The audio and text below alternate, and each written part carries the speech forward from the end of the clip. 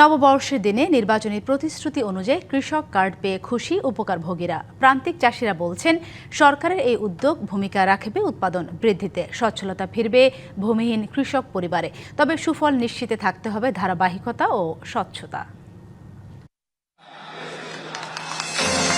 নববর্ষের দিনে দেশের অর্থনীতির প্রাণশক্তি কৃষকের মুখে হাসি ফোটাতে যুক্ত হল স্মার্ট কৃষক কার্ড, বিএনপির নির্বাচনী প্রতিশ্রুতির অন্যতম আকর্ষণ।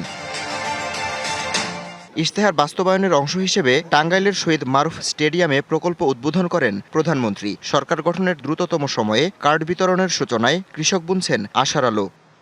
এই কার্ডের মাধ্যমে নগদ প্রণোদনা, ন্যায্য মূল্যে কৃষি উপকরণ, সেচ সুবিধা ও সহজ শর্তের ঋণসহ মোট 10 ধরনের বিশেষ সুবিধা পাবেন কৃষক। বগুড়ার চাষিরা বলছেন, সরকার পাশে থাকলে সংকট মোকাবিলা করে এগিয়ে যাবে কৃষি। যে টাকাই দিছে এক দিয়ে যদি আমি ফসলের জন্য সার কিনি, তাতে আমার খুবই উপকার হবে আর কি। এই সরকার যদি আমাদের সাহায্য করে তাহলে আমরা এগিয়ে যেতে পারবো।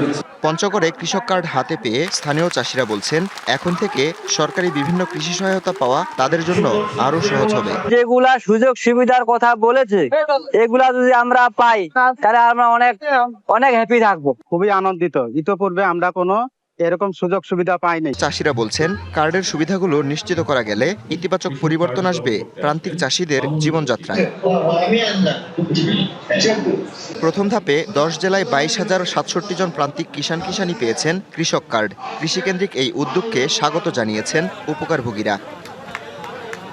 বর্ষপঞ্জির আবর্তনে কৃষিকেন্দ্রিক এই কার্যক্রম যেন স্বচ্ছভাবে চলে, সেই প্রত্যাশা উপকারভোগীদের।